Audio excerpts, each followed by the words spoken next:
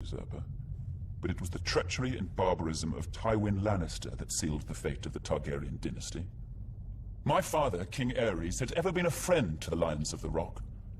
Aerys graciously brought Tywin to court, making him the youngest hand of the king in history.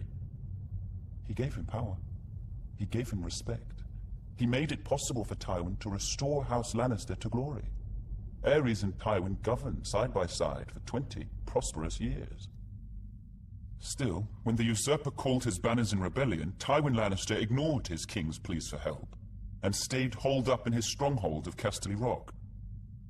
In time, my brother, Prince Rhaegar, was dead. The realm was in turmoil, and the usurper's forces were said to be riding for Kingslanding. What a glorious sight it must have been when a force of 10,000 Lannister men showed up at the gate of the capital with Lord Tywin at their head, pledging support to his beleaguered king. Aerys opened the gates for his old friend.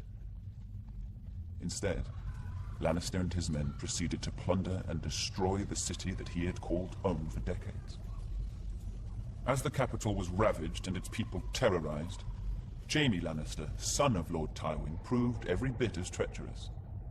He killed my father, the king, at the foot of the Iron Throne. The Lannisters entered the Red Keep and Tywin ordered the deaths of the rest of the royal family.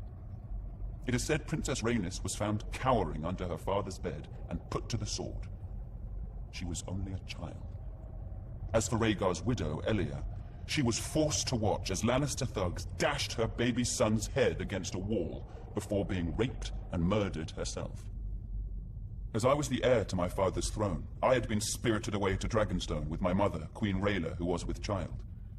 As a raging summer storm battered the island fortress and destroyed the Targaryen fleet as it lay at anchor, my sister, Daenerys, was born. My mother, the Queen, died giving birth. Now, some 17 years later, the rightful king still lives in exile. But a day of reckoning is coming. I will sail west as Aegon the Dragon did centuries before. I will take back my father's throne with blood and fire. And I will punish the treacherous dogs who sought to